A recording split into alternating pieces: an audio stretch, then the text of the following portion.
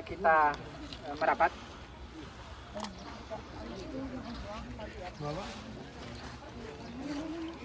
Kita lanjutkan cerita kita bahwa Rasulullah Shallallahu Alaihi Wasallam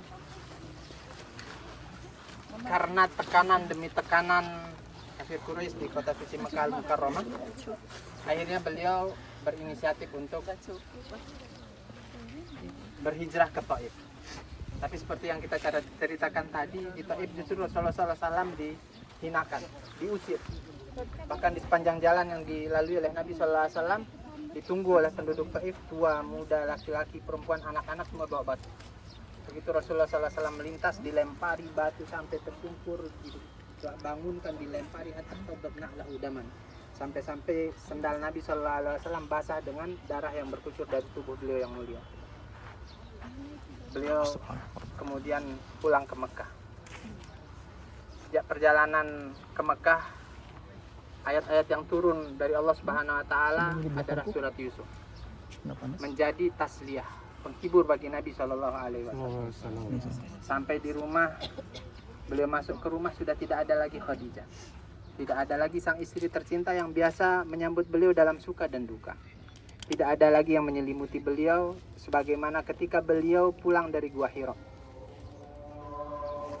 Hari demi hari dilalui oleh Nabi SAW dalam kesedihan. Sampai kemudian beliau diangkat oleh malaikat Jibril.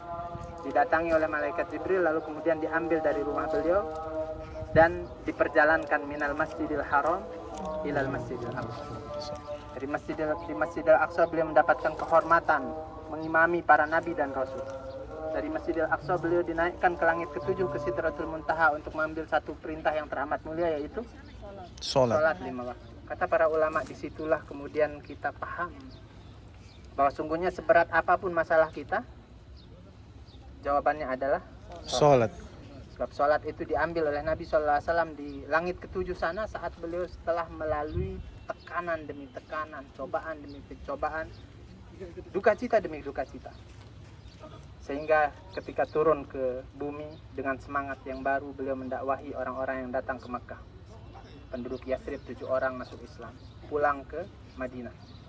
Tahun berikutnya datang 12 orang, pulang dengan membawa Islam. Tahun ke-13 dari kenabian, Madinah sudah siap untuk menyambut kedatangan Rasulullah SAW, dan Allah pun kemudian memerintahkan nabinya untuk berhijrah. Dalam perjalanan hijrah itu Rasulullah SAW memerintahkan sepupunya Ali bin Abi Thalib untuk tidur di pembaringannya. Tentu Ali bin Abi Thalib tahu konsekuensinya, mengorbankan jiwa dan raganya. Tapi itu dilakukan demi agama yang mulia ini, demi Islam ini. Kemudian Rasulullah SAW datang ke rumahnya Abu Bakar. Aisyah radhiyallahu taala anha bercerita, di hari ketika hijrah tersebut Rasulullah SAW datang ke rumah kami.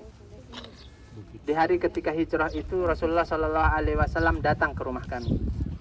Di waktu siang bolong yang tidak biasanya orang datang berkunjung. Abu Bakar melihat kedatangan Rasulullah SAW sudah menangkap satu sinyal bahwa ini sesuatu yang tidak biasa. Beliau pun mempersilahkan sang Nabi untuk masuk ke dalam. Di rumah itulah, di rumah Abu Bakar itu, kemudian terjadi diskusi antara Rasulullah SAW dan sahabatnya yang mulia itu tentang alur perjalanan hijrah itu. Yang seharusnya perjalanan menuju ke Madinah itu adalah perjalanan menuju ke arah utara. Sebab Madinah itu utaranya Mekah. Tapi bagi Rasulullah SAW berjalan ke arah utara itu adalah tidak strategis. Mudah dibaca, mudah dilacak, mudah dikejar, mudah ditangkap.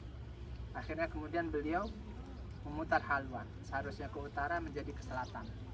Hingga beliau sampai ke tempat ini 3,5 km dari Masjidil Haram ke arah selatan. Di tempat inilah Rasulullah SAW bersembunyi selama 3 malam di puncak gunung itu, di satu gua bernama Jabal Sur, Gua Sur. Di sebagian riwayat sejarah menyebutkan bahkan Rasulullah SAW dalam sebagian perjalanan beliau berjalan dengan cara yang tidak biasa. Al-Mubarakfuri menyebutkan Rasulullah SAW di dalam sebagian perjalanannya itu jinjit. Kenapa beliau sampai jinjit? Menit. Agar jejaknya itu tidak terbaca, agar tidak ada bekas. Bahkan Abu Bakar sendiri memerintahkan salah seorang pembantunya bernama Amir bin Fuhairah untuk mengeluarkan kambing-kambing gembalaannya di belakang mereka agar kambing-kambing itu mengacak-acak bekas kaki. Sedemikian strategi Nabi Shallallahu Alaihi Wasallam, sangat rapi. Tapi pertanyaannya, apakah kafir Quraisy tidak sampai di situ? Sampai. Ternyata sampai. Tahu dari mana? Ini artinya bahwa musuh-musuhnya Nabi bukan orang kaleng-kaleng. Para jawara, para pendekar, orang-orang yang memang piawai membaca jejak. Disitulah kemudian para ulama menghadirkan hikmah kepada kita, inspirasi dan pelajaran penting. Kata mereka setidaknya ada 2 pelajaran penting dalam perjalanan hijrah ini. Yang pertama, bahwa Rasulullah Shallallahu Alaihi Wasallam meski beliau adalah seorang nabi yang disokong oleh Allah Subhanahu Wa Taala dalam setiap gerak-gerik beliau, beliau tetap mengajarkan, meneladankan kepada kita arti membangun strategi, arti menyusun perencanaan, tidak serampangan, tidak gegabah, tidak sembrono, berikhtiar dengan sebaik-baik ikhtiar. Dan ini adalah agama kita, Bapak Ibu sekalian. Islam ini mengajarkan kepada kita selain tawakal dengan sebenar-benar tawakal, juga mengajarkan kepada kita ikhtiar dengan sebaik-baik ikhtiar. Dan itulah yang dipraktekkan oleh Nabi Sallallahu Alaihi Wasallam. Apa susahnya ke arah utara aja, di situ ada Allah, ya kan? Kenapa mesti jinjit-jinjit? Tinggal doa aja Allah hapus itu semua, ya kan? Iya. Tapi Rasulullah Sallallahu Alaihi Wasallam memberikan keteladanan kepada kita arti ikhtiar yang sebenar-benar. Iya. Arti berusaha sebenar-benar. Yang kedua, sudah sedemikian rupa strategi Nabi Shallallahu Alaihi Wasallam, sudah sedemikian rupa rapinya perencanaan beliau. Juga kafir Quraisy sampai di Jabal Sur, di gua itu. Bahkan Abu Bakar mengatakan, ya Rasulullah, andai kata mereka ngelihat aja sedikit ini ke arah bawah, ketangkep kita. Apa jawaban sang Nabi menenangkan sahabatnya yang mulia itu? Ya Abu Bakar, ma dhannuka bisnain Allahu salisuhuma. Wahai Abu Bakar, apa pendapatmu tentang 2 orang yang ketiganya itu adalah Allah? Sampai kemudian diabadikan di dalam Al-Quran, izhuma fil ghar idh yaqulu li sahibihi la tahzan innallaha. Disinilah pelajaran pentingnya dan terpenting, bahwa sesungguhnya di atas segala upaya, daya, resources yang kita punya, segala strategi yang kita bangun, rencana yang sudah begitu matang, finansial yang begitu mencukupi, pertolongan Allah Subhanahu Wa Taala yang paling penting dalam semua kehidupan kita. Sehingga ketika kita merencanakan sesuatu dan rencana itu berhasil, kita tidak jumawa. Dan ketika dia tidak berhasil, kita tidak kecewa. Karena Allah Subhanahu Wa Taala pasti menyelipkan di sisi hikmah yang lebih indah dari apa yang kita harapkan. Itulah 2 pelajaran penting dari perjalanan ini. Pelajaran lain, bahwa saat mereka berada di atas Rasulullah Sallallahu Alaihi Wasallam dan Abu Bakar, ternyata ada orang lain yang juga andil di dalam perjuangan itu. Ada Abdullah bin Abu Bakar, ada Asma binti Abu Bakar, ada anak-anaknya Abu Bakar As-Siddiq. Dan di sini kemudian kita mengambil makna yang mungkin jauh dari hanya sekedar tentang pengorbanan perjuangan. Tapi di sini kita juga bisa mengambil inspirasi tentang menjadi ayah, tentang parenting. Bagaimana menjadikan anak-anak kita itu bisa juga ikut serta di dalam jalan kebenaran yang kita ikuti.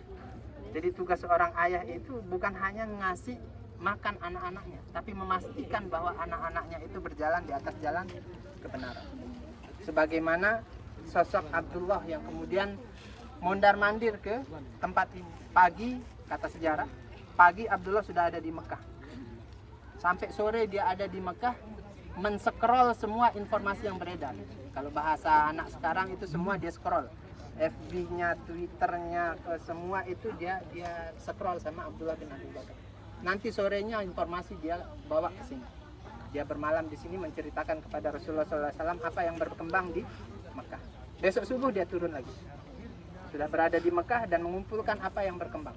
Dia scroll lagi itu semua informasi. Jadi intel. Sorenya dia sudah ada di sini dan itulah Intel Nabi. putranya. Dan diceritakan di dalam beberapa riwayat sirah Asma binti Abu Bakar. Sebagian menyebutkan bahwa dia dalam kondisi hamil, mengantarkan logistik ke tempat ini. Sebagian yang lain mengatakan logistik itu dia siapkan di rumah. Lalu ketika tidak ada pengikat untuk mengikat makanan yang akan dibawa oleh Nabi Sallallahu Alaihi Wasallam, Asma membuka selendangnya dan membelahnya menjadi dua.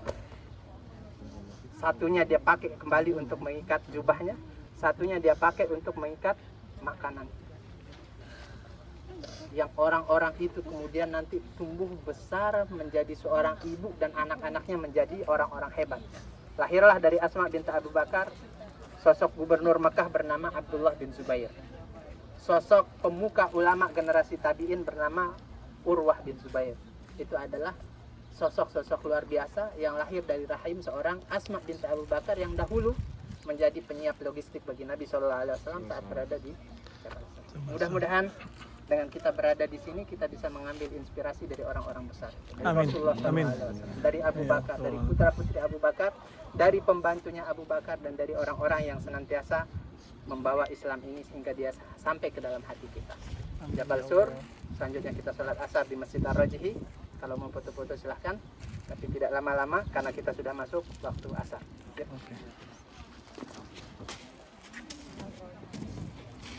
Tim dokumen